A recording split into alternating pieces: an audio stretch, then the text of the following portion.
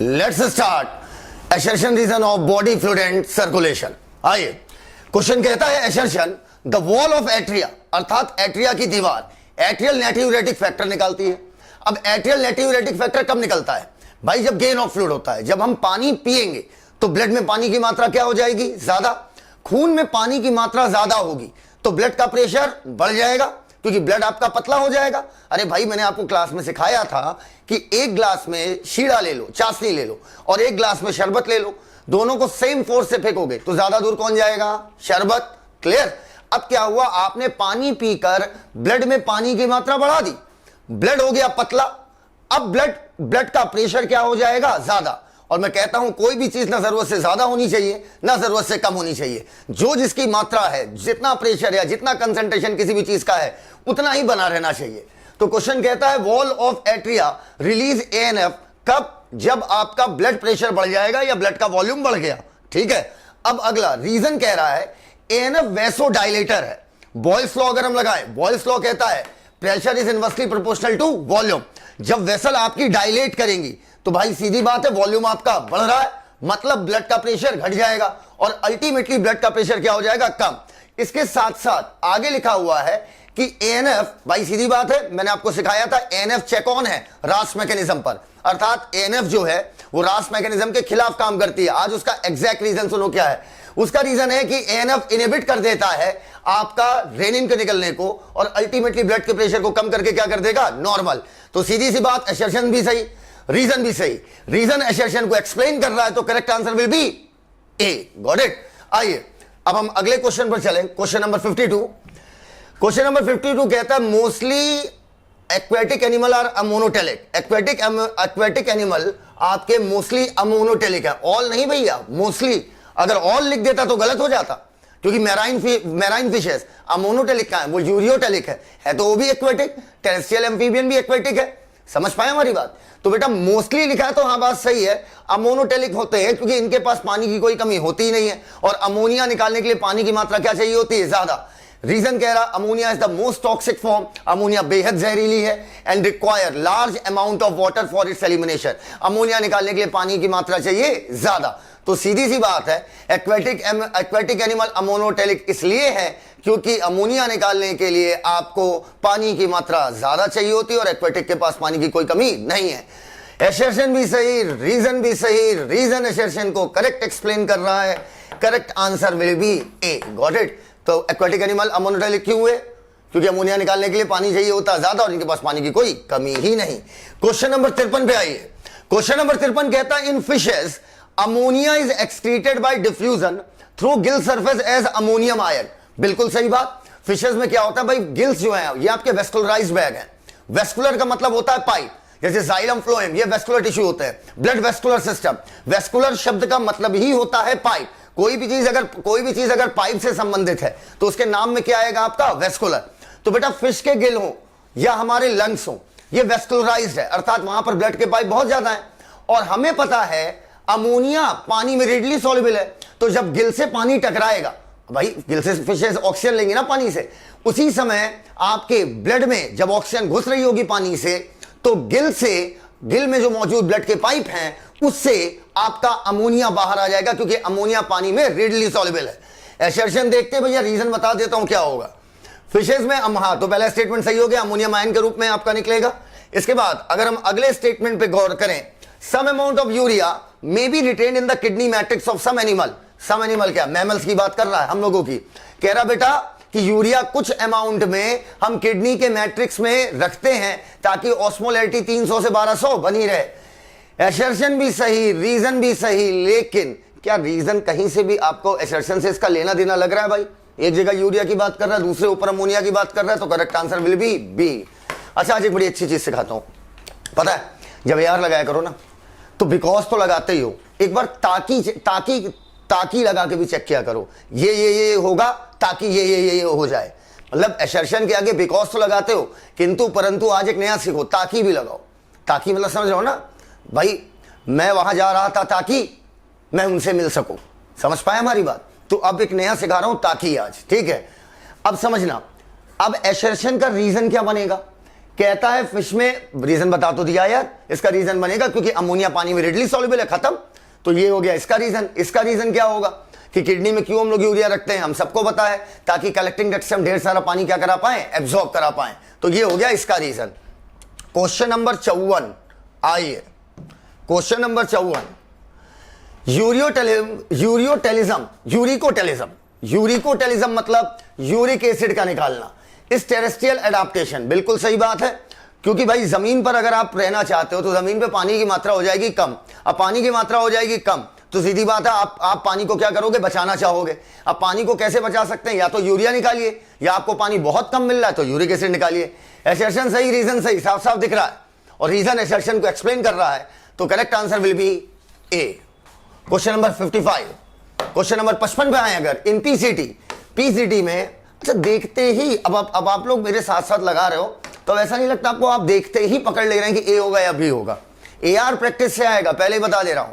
Assertion reason ही आपकी rank decide करेगा, आप इन हो या आउट हो।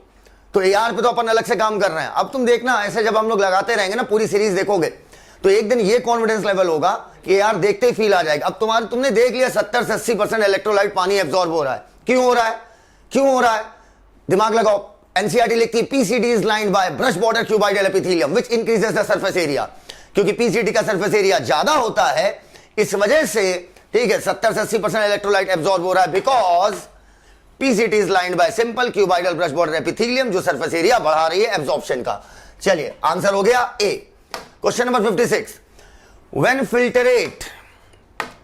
filtrate pass through the descending limb of inlet loop, ठीक है भैया, जब फिल्ट्रेट नीचे जाएगा तो कंसंट्रेट होगा, और असेंडिंग से जाएगा तो क्या होगा बेटा, डाइल्यूट होगा। 300 से 1200, 300 से 1200। अब इसका कह रहा है अब इसका रीजन सोचो, पहले रीजन देखो ही नहीं यार, मजा तो तब आता है ना जब एसर्शन देख के खुद रीजन सोचो। एक और अच्छी बात आज हमने, देखो रोज हम लोग कुछ ना कुछ नया सीखते रहेंगे ऐसे ही। अब देखो एक अच्छी बात आज मेरे मुंह से क्या निकली कि अब एसर्शन के आगे ताकी लगा के भी चेक करो, कुछ बिकॉज से नहीं एक्सप्लेन होते, कुछ ताकी लगाओगे तो एक्सप्लेन हो जाएगा।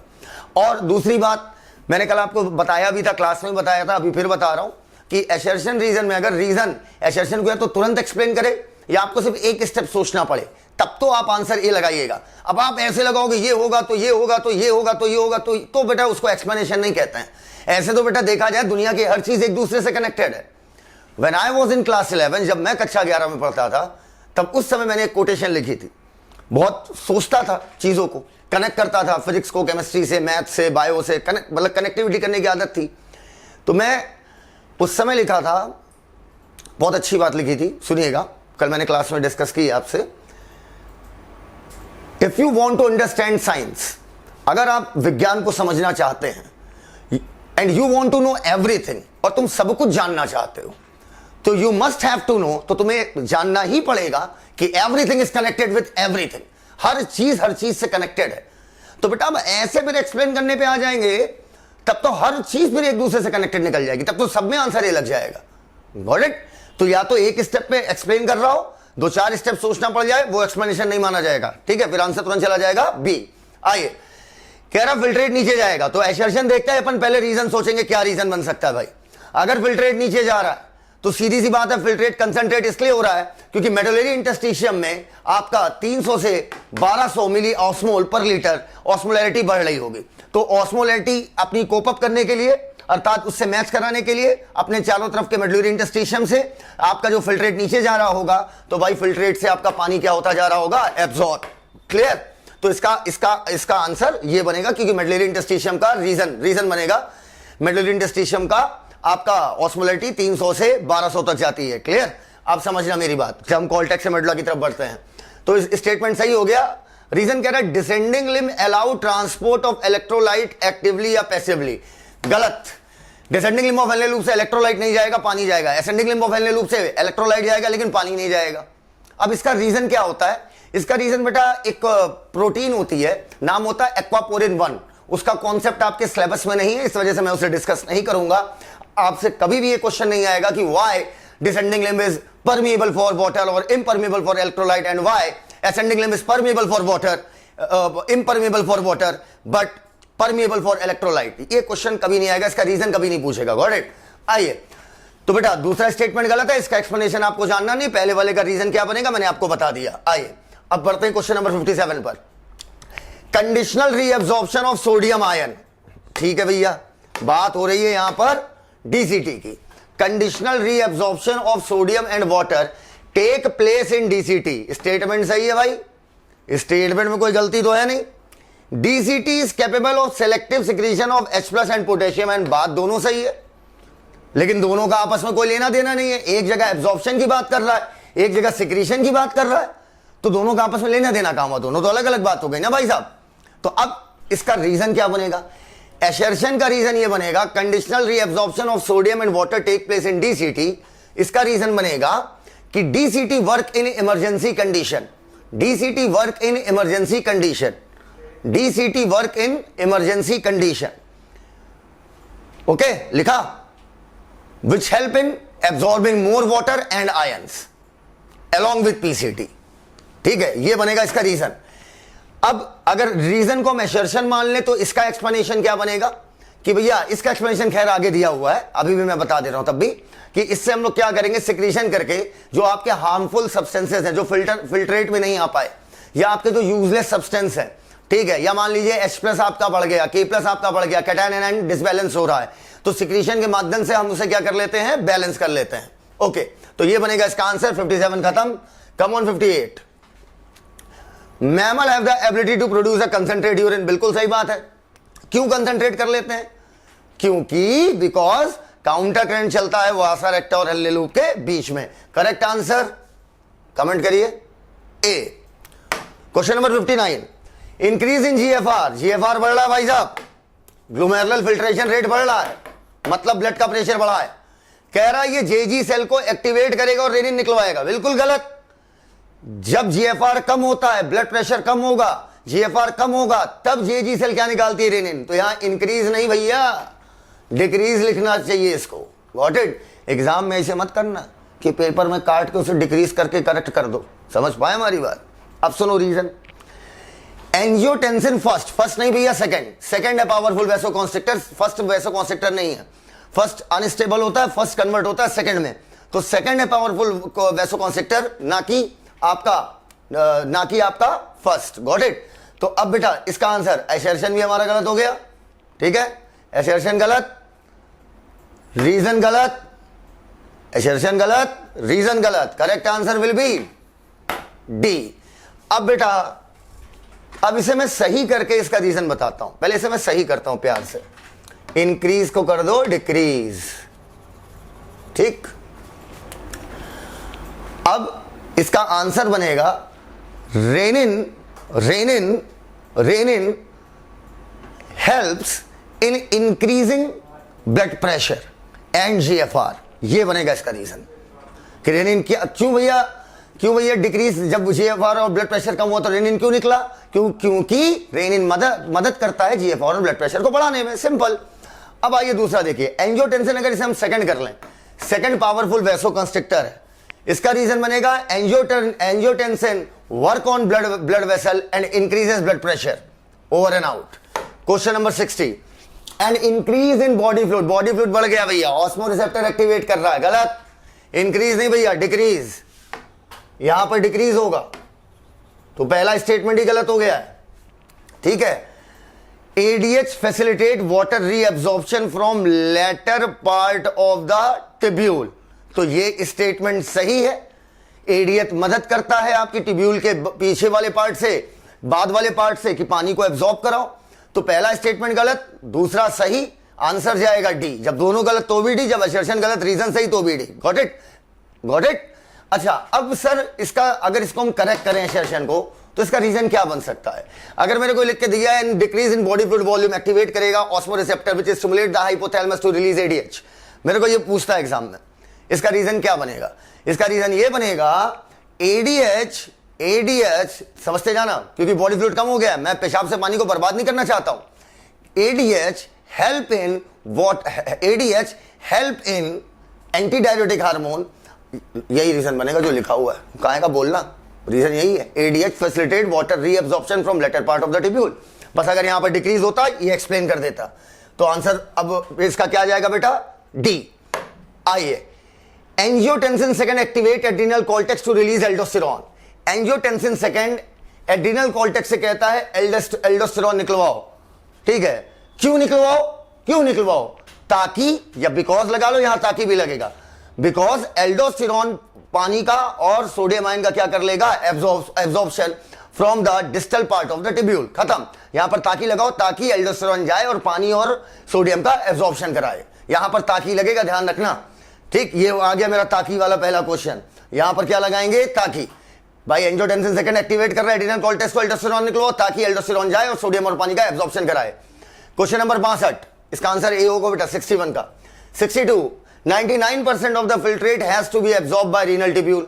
99% फिल्ट्रेट हम एब्जॉर्ब कर लेते हैं, ठीक है। इसका रीजन क्या बनेगा? बहुत प्यारा रीजन। एनसीईआरटी समरी में जाइए, एनसीईआरटी समरी में जाइए, बिल्कुल नीचे से दूसरी लाइन है, ultra filtration is a non selective process. याद आया? यहां पर एक्सरसाइज लिखा है नीचे से दूसरी line, ultra filtration is a non selective process. Selective थोड़ी है भाई, सीधी सी बात है। जिसका साइज फिल्ट्रेशन स्लिट से छोटा होगा वो भाग से घुस जाएगा फिल्ट्रेट में। सेलेक्ट करके थोड़ी कि भैया तुम जाओगे, तुम नहीं जाओगे, नहीं ठीक है तुम नहीं जाओगे, तुम रुको, ऐसा थोड़ी होता है। उसमें तो कोई भी जाए, सीधी सी बात है। जिसका साइज छेद से छोटा है वो चला जाएगा। तो इसका रीजन क्या बनेगा, क्यों हमें एब्जॉर्ब कराना पड़ता है? क्योंकि ultra filtration is a non selective process. बहुत प्यारा सवाल।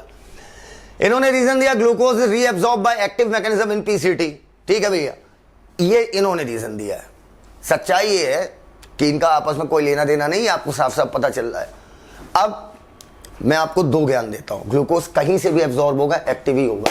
पहला ज्ञान लो, ग्लूकोज कहीं से भी एब्जॉर्ब होगा, एक्टिव ही होगा, ठीक। रीजन इधर देखो, मान लो रीजन को हम एसर्शन बना लें, रीजन को हम एसर्शन बना लें, और ये मान लो आपकी नेफ्रॉन की सेल है। हम कह रहे हैं नेफ्रॉन की नहीं, कहीं की भी सेल हो, नेफ्रॉन की नहीं, कहीं की भी सेल हो। ये मान लो Bowman's capsule, double walled cup shaped Bowman's capsule. Cell के अंदर हमेशा ग्लूकोज की मात्रा ज्यादा ही रहती है, क्योंकि सेल को ग्लूकोज बहुत सारा चाहिए, तो सेल ग्लूकोज घसीटती रहती है। सेल के अंदर अगर ग्लूकोज की मात्रा ज्यादा है, मतलब फिल्ट्रेट में सेल की तुलना में कम है, तो और कम से अगर आप ज्यादा की तरफ किसी चीज को भेजोगे तो एक्टिव या पैसिव, एक्टिव। तो ये बन गया इसका reason, the concentration of glucose is higher in cell as in comparison to filtrate. तो दोनों स्टेटमेंट सही है। यहां पर दोनों का मैंने एक्सप्लेनेशन भी बता दिया क्या होगा, लेकिन यहां पर आंसर क्योंकि एक्सप्लेन नहीं कर रहा, हमारा आंसर जाएगा B. Function of sweat is to facilitate the cooling effect on the body surface, ठीक है भाई, सीधी सी बात है। प्राइमरी काम है बॉडी को कूल करना, ठीक है। अब ये कैसे कूल कर रहा है, इसका रीजन क्या बनेगा? इसका रीजन बनेगा कि when sweat evaporates it converts heat energy of our body into kinetic energy, that's it. Reason कह रहा है small amount of nitrogenous waste अर्थात यूरिया हम सलाइवा के माध्यम से निकालते हैं। सही बात है, लेकिन आपस में एक्सप्लेन कर रहा है, आपस में एक्सप्लेन कर रहा है, नहीं कर रहा है, कोई लेना देना ही नहीं है। तो पहले का तो रीजन बच्चों मैंने समझा दिया कि पसीना जब इवेपोरेट करेगा तो हमारी बॉडी की हीट एनर्जी को काइनेटिक में बदलेगा, इस तरीके से वो दे रहा है कूलिंग इफेक्ट। एसर्शन को रीजन एक्सप्लेन कर दिया। अब रीजन की बात करो, अगर रीजन को हम एसर्शन मान लें तो इसका आंसर क्या बनेगा? इसका आंसर बनेगा urea is soluble in water. Got it? Urea is भयानक सॉल्युबल नहीं है, पर हाँ urea is soluble in water, मोटा मोटा कह सकते हो। Got it? तो अब बेटा इसका रीजन ही बनेगा, दैट्स व्हाई सलाइवा में थोड़ा मोड़ा यूरिया आ जाता है। Question number 64, descending limb of Henle loop is impermeable to water but almost impermeable is permeable to water. Descending को बोल रहा है परमेबल टू वाटर, सही है, और लगभग इम्परमेबल इलेक्ट्रोलाइट के लिए, बिल्कुल सही बात है। अभी बताया था, इसका एक्सप्लेनेशन आपके सिलेबस में नहीं है, कुछ एक्वापोरिन वन मैकेनिज्म है, उसको छोड़िए, उसका मैकेनिज्म आपको नहीं जानना है। पहला स्टेटमेंट सही है भाई साहब, हेनले लूप प्लेज अ महत्वपूर्ण role in maintenance of higher osmolarity of medullary interstitial fluid. बिल्कुल सही बात है। हेनले लूप और वासा रेक्टा दोनों मिलकर क्या करती हैं? ये दोनों मिलकर काउंटर करंट चलाती हैं, जिसकी वजह से आपका मेडुलरी इंटरस्टिशियल फ्लूइड का आपका ओवरऑल कॉर्टेक्स से मेडुला तक ऑस्मोलैरिटी 300 मिली ऑस्मोल से 1200 मिली ऑस्मोल पर लीटर होती है, ठीक है। दोनों स्टेटमेंट सही है, दोनों एक दूसरे को एक्सप्लेन नहीं करते हैं, इसलिए करेक्ट आंसर आपका जाएगा बी। क्वेश्चन नंबर 65, इन कॉर्टिकल नेफ्रॉन, बहुत अच्छा सवाल है। अच्छा, बहुत सारे मैं ऐसा एक्सप्लेनेशन दे रहा हूं ना कि आप सोच ही ना पाओ किसका भी एक्सप्लेनेशन हो सकता है। एक्सप्लेनेशन हर चीज का हो सकता है। विज्ञान का मतलब ही है, विज्ञान तथ्यों पे बात नहीं करता है, विज्ञान कॉन्सेप्ट पे चलता है। In cortical nephron the loop of Henle is too short and extend very little into medulla. ठीक है भाई, कॉर्टिकल नेफ्रॉन में लूप ऑफ एनले बहुत छोटा होता है। वासा रेक्टा इज एब्सेंट, ठीक है, वासा रेक्टा इज एब्सेंट और highly reduced in cortical nephron. ये बात भी सही है, एसर्शन भी सही है, रीजन भी सही है, लेकिन यहां पर कोई कनेक्शन नहीं दिख रहा है एसर्शन और रीजन का कि भाई loop of Henle loop cortical nephron में छोटा होता है, ठीक है, क्योंकि वासा रेक्टा छोटा होता है। ये रीजन ही नहीं बन सकता जी। ये कौन सी बात हुई? ये तो दो अलग अलग बातें हो रही है ना। हाँ, मैं मानता हूं कि दोनों साथ चलते हैं, दोनों काउंटर करंट चलाती हैं, ठीक है। जब आपका वासा रेक्टा ही नहीं तो एनले लूप का क्या ही काम, ठीक है। लेकिन यहां पर आपसे पूल क्या रहा है कि कॉर्टिकल नेफ्रॉन में लूप ऑफ एनले क्यों छोटा होता है? तुम कहोगे क्योंकि वासा रेक्टा छोटा होता है। ये कौन सी बात हुई भाई? ये तो कोई लॉजिक बात ही नहीं हुई। ये दो अलग अलग ब्लड के पाइप, ये दोनों अलग अलग पाइप है, एक ब्लड का एक फिल्ट्रेट का। मानता हूं काउंटर करंट चलती, मानता दोनों साथ होने चाहिए, लेकिन अगर कॉर्टिकल में नहीं पाया जाता, कॉर्टिकल में नहीं पाया जाता, इसका रीजन ये नहीं बन सकता ना कि वासा रेक्टा नहीं मौजूद है। तो इसका रीजन सर क्या बनेगा? इसका रीजन बनेगा 20% nephrons are enough to maintain the concentration gradient of medulla. अर्थात 20% नेफ्रॉन आपके कंसंट्रेशन ग्रेडियंट बनाने के लिए इनफ होते हैं। बाकी आपकी, भाई मैंने क्लास में पढ़ाया था, कॉर्टिकल हो या जक्स्टामेडुलरी नेफ्रॉन हो, दोनों नेफ्रॉन का काम होता है यूरिन को फिल्ट्रेट से पानी को एब्जॉर्ब करना और यूरिन को 4 गुना कंसंट्रेट करना। लेकिन सिर्फ और सिर्फ आपकी जक्स्टामेडुलरी नेफ्रॉन जो कि मात्र 20% है, वो सफिशिएंट होती है 300 से 1200 कंसंट्रेशन ग्रेडियंट बनाने के लिए। दैट्स वाई बची हुई 80% कॉर्टिकल है। हम क्यों भाई लूप ऑफ एनले बनाने के लिए लंबा सा हम सेल का लॉस कराएं? तो पहला स्टेटमेंट सही है, दूसरा स्टेटमेंट सही है, लेकिन दूसरा स्टेटमेंट पहले को एक्सप्लेन नहीं कर रहा है। Correct answer B. ADH prevent diuresis, ठीक है। एडीएच डायूरेसिस को रोकता है। कैसे रोकता है? By absorbing the water from later part of the tubule, tubule के बाद वाले पार्ट से पानी को एब्जॉर्ब करा के। लेकिन उसने यहां पर एडीएच का दूसरा फंक्शन दे दिया। उसने कह दिया ब्लड वेसल का कंस्ट्रिक्शन करता है। अरे भैया, ब्लड वेसल का कंस्ट्रिक्शन करता है ये अलग बात हुई, इससे तो एडीएच ब्लड का प्रेशर बढ़ा रहा है, एडीएच ब्लड का प्रेशर बढ़ा रहा है, ठीक है। यहां पर लिखा है डायूरेसिस। डायूरेसिस को कैसे रोकता है? ठीक है, डायूरेसिस को ऐसे रोकता है कि भाई लेटर पार्ट ऑफ टिब्यूल से पानी को एब्जॉर्ब करता है। और अगर यहां पर लिखा होता है एडीएच इंक्रीजेस ब्लड प्रेशर, तो ये वाली बात सही हो जाती और एक्सप्लेन कर देता। तो दोनों बात सही है, लेकिन लेना देना नहीं है। तो करेक्ट आंसर आपका जाएगा B. 67 JGA plain complex regulatory role, बिल्कुल सही बात है। जेजीए का एक कॉम्प्लेक्स काम है, जेजीए आपका रेनिन निकालता है। Increase in GFR can activate JG cell to release renin, ठीक है, गलत। RENN लिखा हुआ है, RENN लिखा हुआ है, पहली गलती पकड़िए से, ठीक है। और दूसरी बात, इंक्रीज नहीं बेटा, डिक्रीज होगा। समझ गए बात को? तो सर क्या यहां अगर सिंगल एन होता और यहां पर डिक्रीज लिखा होता तो क्या एक्सप्लेन कर रहा होता? खुद देख लो, एक्सप्लेन कर रहा है। यही है कॉम्प्लेक्स रेगुलेटरी रोल कि जेजी सेल क्या करती है आपकी, जीएफआर कम होता है, उसे भाप के आपका तुरंत क्या करती है, रेनिन निकालती है। दैट्स इट, यही उसका रोल है। आइए, तो आंसर हो जाता ए, लेकिन अब आंसर जाएगा सी। 68 angiotensin second is a powerful vaso constrictor. सही है, angiotensin second powerful vaso constrictor है, क्योंकि एंजियोटेंसिन सेकंड कब निकलता है? इसका रीजन बनेगा because angiotensin release when blood pressure goes down. लेकिन यहां रीजन कह रहा है एल्डोस्टेरोन एब्जॉर्प्शन कराएगा सोडियम और वाटर का। इसका क्या भाई लेना ही देना नहीं, एक जगह तुम एंजियोटेंसिन सेकंड की बात कर रहे हो, ठीक है, एक तरफ बोल रहे हो सोडियम और वाटर का एब्जॉर्प्शन कराएगा, ठीक है, बात तो सही है दोनों, लेकिन दोनों का लेना तो नहीं है। दो आप अलग अलग केमिकल्स की बात कर रहे हैं, ऊपर एंजियोटेंसिन सेकंड की बात कर रहे हैं, ठीक है, जो किडनी के एड्रिनल कॉर्टेक्स से कहता है एल्डोस्टेरोन निकलवाओ, और ये एल्डोस्टेरोन पानी और सोडियम का एब्जॉर्प्शन करता है। अगर मैं इस बात को रीजन को असर्शन मान लूं और असर्शन को रीजन को मैं असर्शन मान लूं, तो इसका रीजन बनेगा कि एल्डोस्टेरोन तब निकलेगा जब बॉडी में फ्लूइड की मात्रा कम हो जाएगी, ठीक है। एल्डोस्टेरोन तब निकलेगा, aldosterone release during when our body have less amount of fluid, ये बनेगा इसका रीजन। That's it. तो दोनों स्टेटमेंट सही है, लेकिन एक्सप्लेन नहीं कर रहा है। Correct answer B. Increase in blood flow बढ़ा, एट्रिया पे ब्लड टकराया, ब्लड प्रेशर ज्यादा, एट्रिया निकालेगी ANF, बिल्कुल सही बात है, ठीक है। ब्लड प्रेशर बढ़ेगा, ANF निकलेगा, ANF वैसोडाइलेशन कराएगा, ठीक है। तो भाई सीधी सी बात है, अगर ब्लड का फ्लो बढ़ा, वैसोडाइलेशन कराएगा तो ब्लड का प्रेशर कम हो जाएगा, ठीक है। तो बेटा कह रहा है क्यों निकलेगा भाई, क्यों निकलेगा ANF जब ब्लड फ्लो बढ़ेगा? क्योंकि ANF वैसोडाइलेशन कराएगा, जिससे ब्लड का प्रेशर वापस कम हो जाए। या यहां पर ताकि लगाओ तो बड़ा मजा आएगा, ताकि ANF वैसोडाइलेशन कराए, वेसल को डायलेट कराए और ब्लड का प्रेशर क्या हो जाएगा ultimately come. Question number 70, analysis of urine help in clinical diagnosis of metabolic disorder. जब हम यूरिन को एनालाइज करते हैं तो इससे हम बहुत सारे मेटाबॉलिक डिसऑर्डर पकड़ सकते हैं, क्योंकि मेटाबॉलिक रिएक्शन के द्वारा जितनी भी चीजें आपकी, जितने भी आपके जहरीले केमिकल बन रहे हैं या कोई भी चीज आपकी एक्सेस में हो रही है, वो हम यूरिन के माध्यम से ही बाहर निकलते हैं। किडनी फिल्टर करके उसे यूरिन से बाहर कर देती है। तो और नीचे लिखा glycosuria is indicative of diabetes insipidus. गलत, पहले तो यहाँ ग्लाइकोसूरिया नहीं होना चाहिए, यहाँ ग्लाइकोसूरिया एंड कीटोनूरिया दोनों बात होगी, ठीक है। कीटोन्यूरिया, और ध्यान रखना इंडिकेट करता है, कंफर्म नहीं करता। Glycosuria and ketonuria are indicative of diabetes mellitus, ठीक। हाँ, अगर ये रीजन होता तो एसर्शन रीजन को एक्सप्लेन कर देता, आंसर ए हो जाता, पर रीजन आपका गलत है, ठीक है। सिर्फ ग्लाइकोसूरिया नहीं, ग्लाइकोसूरिया एंड कीटोन्यूरिया और इंसिपिडस नहीं, मेलाइटस को शो करता है। क्लियर? याद करो, मैंने कहा था जब बॉडी में बीटा सेल इंसुलिन कम बनाती है, इंसुलिन जब कम बनता है तो क्या होता है, ब्लड में इंसुलिन कम, सेल को इंसुलिन कम मिलेगा। अब इंसुलिन का काम क्या था, insulin serve as gateway for glucose, blood से ग्लूकोज निकल के सेल में इंसुलिन के माध्यम से जाता है।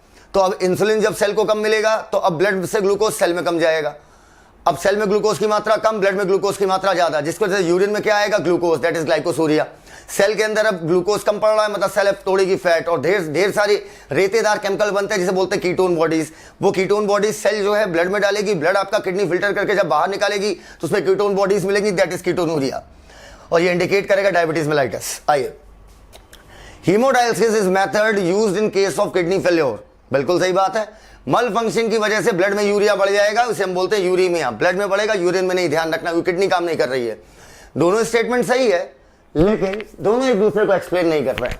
तो सर इनका एक्सप्लेनेशन क्या होगा, हीमोडायलिसिस किडनी फेल्योर के केस में हम यूज करते हैं। इसका रीजन बनेगा haemodialysis helps in removal of urea, ठीक है। अब दूसरा case, malfunction of kidney leads to uraemia. अगर किडनी सही से काम नहीं कर रही तो ब्लड में यूरिया की मात्रा बढ़ जाएगा। इसका रीजन बनेगा kidney filters blood and remove urea with urine, got it. That's why मल फंक्शनिंग की वजह से ब्लड में यूरिया बढ़ रहा है, क्योंकि किडनी का काम ही था यूरिया को बाहर करना। क्वेश्चन नंबर 72, ह्यूमन किडनी 4 गुना ज्यादा कंसंट्रेट कर सकती है फिल्टरेट को। बिल्कुल सही बात है। कैसे कर सकती है, बिकॉज काउंटर करंट मैकेनिज्म मदद करती है। बिल्कुल सही बात, ओवर एंड आउट दोनों सही, एक्सप्लेन भी कर रहा है सीधा, इस पर ज्यादा हम टाइम नहीं बताएंगे। Peritubular capillary secrete substances in the convoluted tubule. Peritubular capillary secrete करती, मैंने कहा था कुछ भी आप अल्टीमेटली सब कुछ जाना ब्लड में है। एक बड़ी अच्छी बात सुनना, ये मान लीजिए आपका ब्लड का पाइप है, ये मान लीजिए आपका ब्लड का पाइप है, ठीक है, और ये आपका ट्यूब का पाइप है, ठीक है।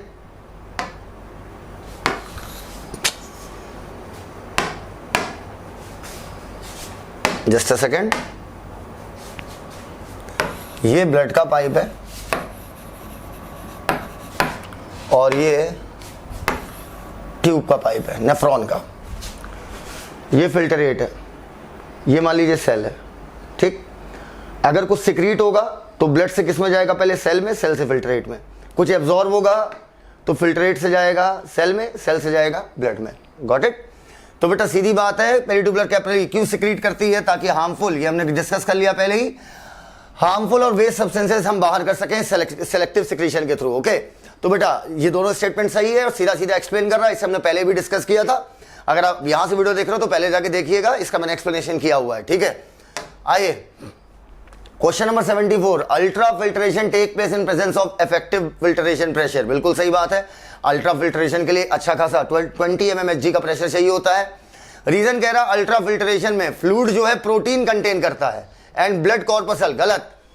जो फ्लूइड होगा उसमें क्या होगा, plasma minus protein, formed element एक भी नहीं आएगा, और ये जो दोनों चीज नहीं आएगी वो कह रहा मौजूद होती है।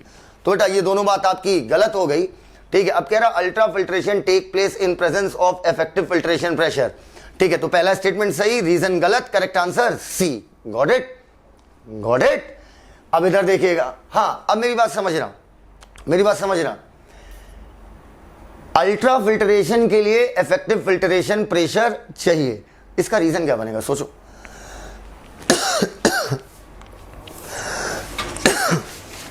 इसका रीजन क्या बनेगा, सोचिए क्या बन सकता है। बच्चों को टाइम दिया।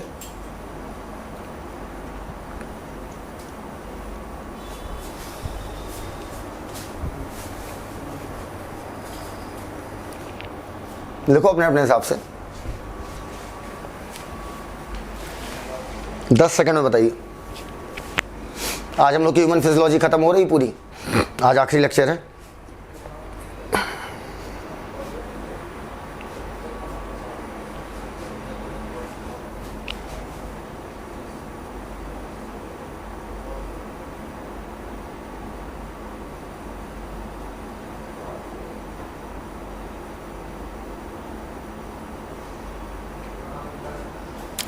इसका रीजन आप मेरा सुनो, बेहद simple reason. To filter anything, to filter anything, to filter anything, to filter anything, pressure is required,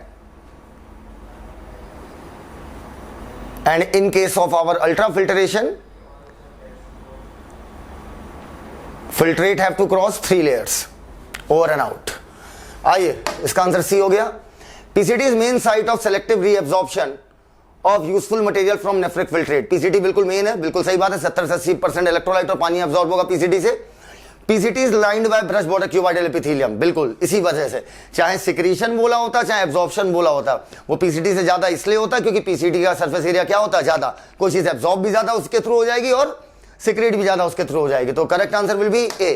question number 76, diabetes insipidus is marked by excessive urination, too much thirst of water. बिल्कुल सही बात है भाई। Diabetes insipidus क्या होता है? Diabetes का मतलब क्या होता है? फ्लो। अगर शुगर आ रही तो मेलाइटिस, और अगर यूरिन में पानी ज्यादा आप छोड़ रहे हो तो क्या कहलाएगा? ये इंसिपिडस। ठीक है, इंसिपिडस का मतलब होता है आपका टेस्टलेस। Got it. कह रहा ADH, ADH is release by the posterior lobe of pituitary gland.